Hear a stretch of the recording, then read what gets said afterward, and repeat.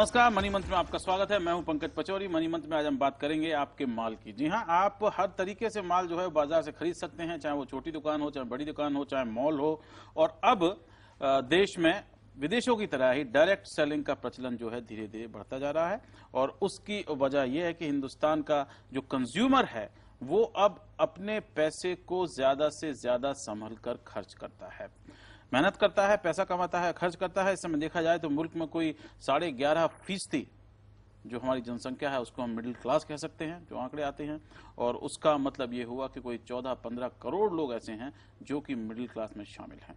और इनको लुभाने के लिए, इनसे बात करने के लिए डायरेक्ट सेलिंग जो है वो हो रही है। हिंदुस्तान में कोई 6-7 बड़ी कंपनियां जो दुनिया भर की हैं वो यहाँ पर आ चुकी हैं।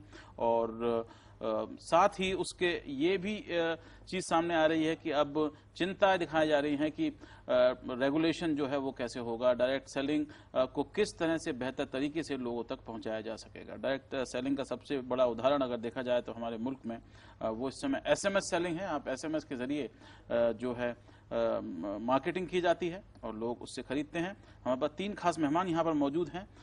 दुनिया की एक बड़ी कंपनी एमवे के senior vice president Yogendra Singh हमारे साथ में हैं, बहुत बहुत धन्यवाद।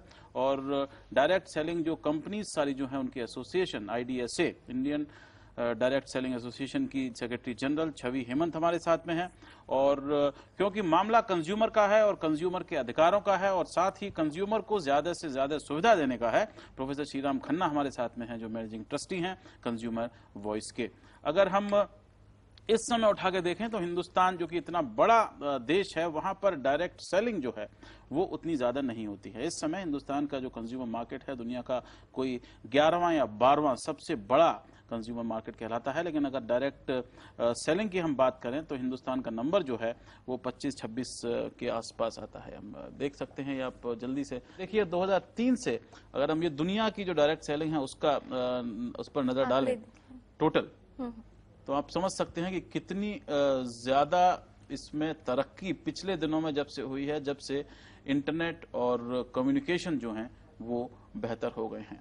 कोई पिछले 3 साल में सबसे ज्यादा हुई है। अगर आंकड़ों से देखा जाए तो 2007-8 में करीब 14% से 15% तक की ग्रोथ हुई थी और 8-9 के अंदर 17-18% की ग्रोथ हुई थी और 9-10 के अंदर 24% की ग्रोथ देखी गई। 4120 करोड़ रुपए जो हैं वो अब 2009-2010 के हैं। और ये बावजूद इसके है कि 2008-2009 में दुनिया भर में मंदी चल रही थी और लोग कह रहे थे कि देश में भी मंदी के आसार नजर आ रहे हैं। मार्केट साइज अगर हम देख लें तो ये आप देख सकते हैं कि किस तरह से तेजी से बढ़ रहा है। लगभग दुगना सिर्फ 5 साल के अंदर मार्केट जो है वो हो गया है हिंदुस्तान में डायरेक्ट सेलिंग का।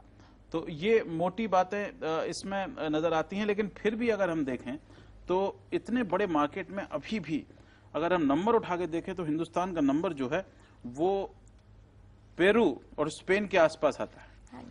और हम जो हैं वो मलेशिया, कोलंबिया, छोटे छोटे देश हैं, थाईलैंड हुआ, इटली हुआ, इनसे अभी भी पिछड़े हुए हैं। क्यों, ऐसा क्यों है कि अभी भी $1 बिलियन जो है वो हम डायरेक्ट सेलिंग में इतने बड़े मुल्क में नहीं पा पाए?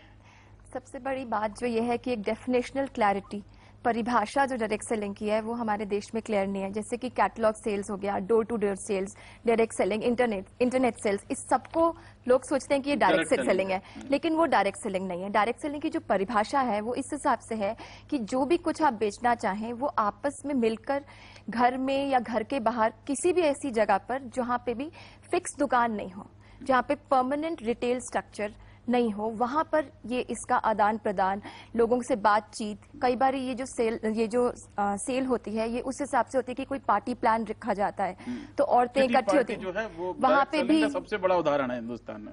तो वहां पर भी सेल होती है। और जहां तक देखा जाए कि इन आंकड़ों में काफी सारे जो हैं महिलाएं इसके अंदर इन्वॉल्व हैं, महिलाएं इसमें इन्वॉल्व हैं, करीब 70% महिलाएं हैं इस पूरी डायरेक्ट सेलिंग के अंदर। तो जो हम IDSA, Indian direct selling association जो रिप्रेजेंट कर रहा है वो डायरेक्ट सेलिंग को रिप्रेजेंट कर रहा है जहां पे एक दूसरे से मिलकर बातचीत कर प्रोडक्ट की बिक्री होती है। NDTV's cricket app, Android and iPhone, fastest scorecard, special analysis and much more. Download free.